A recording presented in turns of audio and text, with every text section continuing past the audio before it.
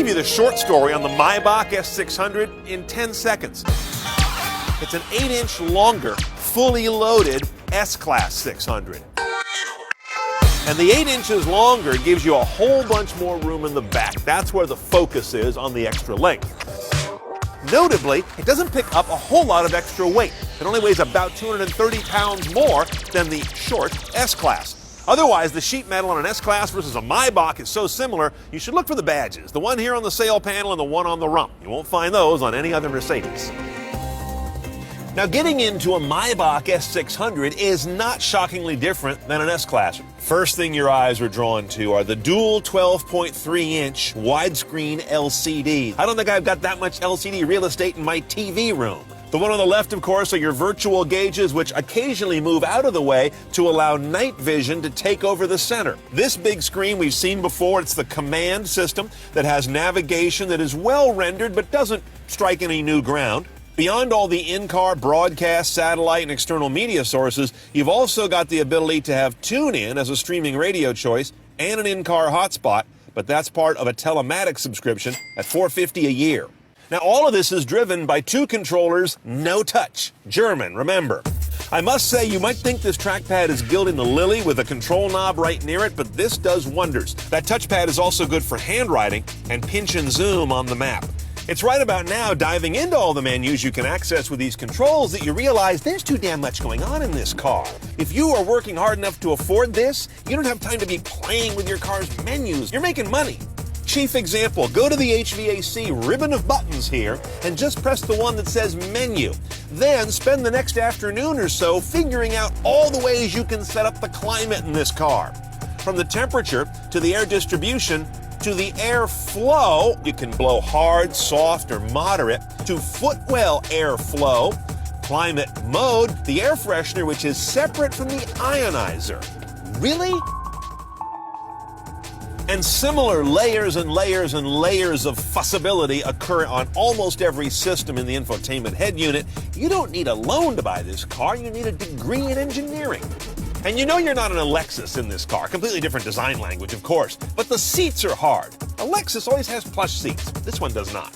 Now let's talk about some visual tech going on in this car. I told you about the night vision that we have in between the main gauges. We've also got the best 360 bird's eye view camera in the business. Look how beautifully it stitches the four cameras together. It doesn't even appear to be four angles. That's pretty slick. And we've got the magic sky control sunroof, front and rear. Hit this little button right by the sunroof control, and it goes from dark blue to nearly clear electronically. They apply high voltage to a crystalline structure inside the glass panel to have it either reflect or pass light. I bet your Hyundai doesn't have that.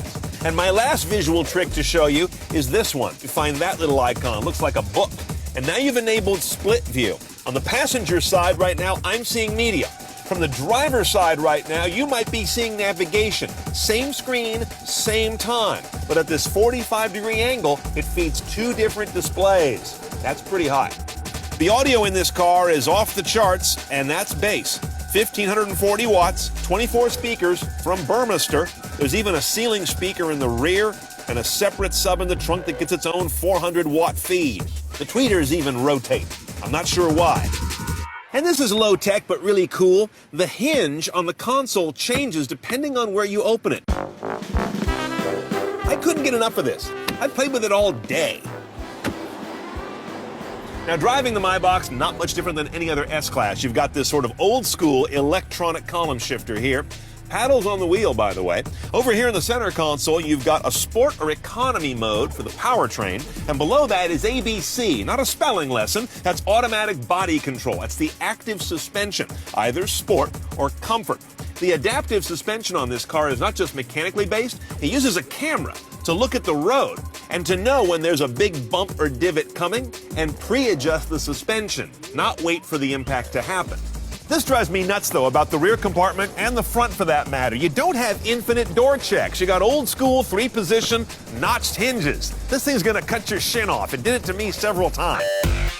Now, since you have to work 18 hours a day to afford one of these, they give you some nice tables to do your work upon. And what's interesting about these compared to some other cars of this luxury category is that these are pretty darn good. This is like what you get in the airplane. Aluminized, and they come to the right place. Dual tablet-like screens. These are not iPads. These are Mercedes proprietary screens that can be playing either plugged-in media, DVD, or get you access to almost anything at the front, or let you bring up media that gets sent to the front for master system distribution. And let me tell you, this is better than my office. Cup holders are so passé. Instead, you want a heated and cooled cup holder. Just press the button for which you want, and the little light inside changes accordingly as well. These people are nuts. And of course, in the car like this, you gotta offer the coup de grace of luxury silliness. The bottle cooler, the fridge, right here behind your elbow.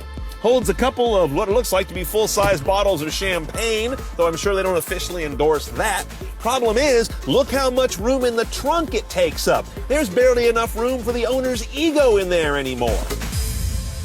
The Maybach S600 shares an engine with a standard S600. Luckily, it's a lot of engine.